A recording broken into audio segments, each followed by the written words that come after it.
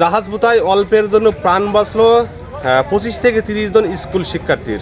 প্রিয় দর্শক, আমরা জানতে পেরেছি চুয়াডাঙ্গা জেলার দামোদর উপজেলার জাহাজপুতা গ্রামের ঠিক সকাল 8টার দিকে স্কুলগামী একটি মিনি বাস ভর্তি 30 জন স্কুল শিক্ষার্থী নিয়ে যাচ্ছিলেন কুতুবপুরের দিকে, এবং এই সড়কের মাঝেই আমরা দেখেছি পাউটলার এবং মিনি বাস, স্কুল মিনি বাসের সামনাসামনি সংঘর্ষে বাসটি আস্তে আস্তে আসলে হেলে পড়ে যায় খাদে। আর সেখান থেকে আমরা দেখেছি গাড়িটি সম্পূর্ণ পানির ওপর ভাসতে থাকে এবং ভাসমান অবস্থায় স্থানীয়দের প্রচেষ্টায় 25 থেকে 30 জন স্কুল শিক্ষার্থীদের উদ্ধার করা সম্ভব হয়েছে। প্রিয় দর্শক, আমরা কথা বলতে চাই স্থানীয়দের হাতে এবং যে এই মিনি বাসটি চালাচ্ছিলেন অর্থাৎ সেই ড্রাইভারের সাথে কথা বলার চেষ্টা করুন। দর্শক আমাদের হাতে থাকবেন।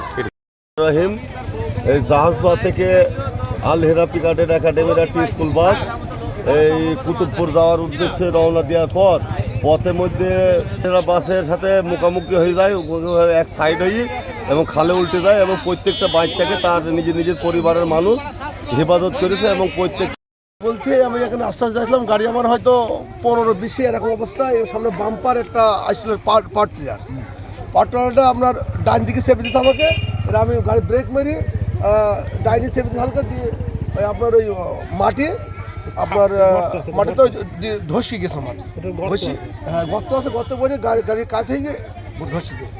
আপনি দাঁড়াইছিলেন? হ্যাঁ, না দাঁড়ায় নাই, মানে গাড়ি একদম স্লো। তাই আপনার গাড়ির সাইড তো বাম দিকে, ডান দিকে কিভাবে গেল এটা বলেন? আপনার সাইড তো কোন দিক থেকে যাচ্ছিলেন গাড়িটা? আপনি এই দিক থেকে যাচ্ছিলেন? হ্যাঁ, আপনার সাইড তো বাম দিকে, আপনার ডান দিকে কিভাবে গেলেন সেটা বলছি। যে আপনার সাইড তো বাম দিকে, আপনি ডান দিকে কিভাবে গেলেন? পাটলা আসলে পাটলা তো হ্যান্ডব্রেক করে ফেলেছে, ওই জায়গায় বাম্পার আছে না, ওই বাম্পার পাটলা হ্যান্ডব্রেক করে ফেলেছিস তো, মানে ওই পাটলার বাম্পার পাটলার তো আপনার ইয়ে নেই, ওই সামনে মধ্যে আপনার ওই ব্যালেন্স নেই, যখন চেপে দিস তখন ক্রস করে সেখানে। ছিলেন গাড়িতে আমার এই 20-25 জন মতো। পুরো তো একটা ট্রলি আসে, ট্রলি আসার ট্রলিটা না চাপানোতে, ট্রলিটা সাইড না দেওয়াতে গাড়িটা একটা গর্তে পড়ে, গর্তে পড়ার পরে ওই গাড়িটা পোল্ট্রি খেয়ে গাড়িটা কাজ অবস্থায় ছিল, দিয়ে ওখানে গাড়ির জানলা দিয়ে ওই আমাদের গ্রামের হাসপাতাল গ্রামের লোকজন ছিল, ওরা সবাই জানলা দিয়ে লোকজন বাচ্চাগুলোকে বেরিয়ে করে, বাচ্চাগুলোকে বেরিয়ে করার পরে ওই বাচ্চাগুলো সবাইকে প্রাথমিক চিকিৎসা হিসাবে আমাদের ওখানে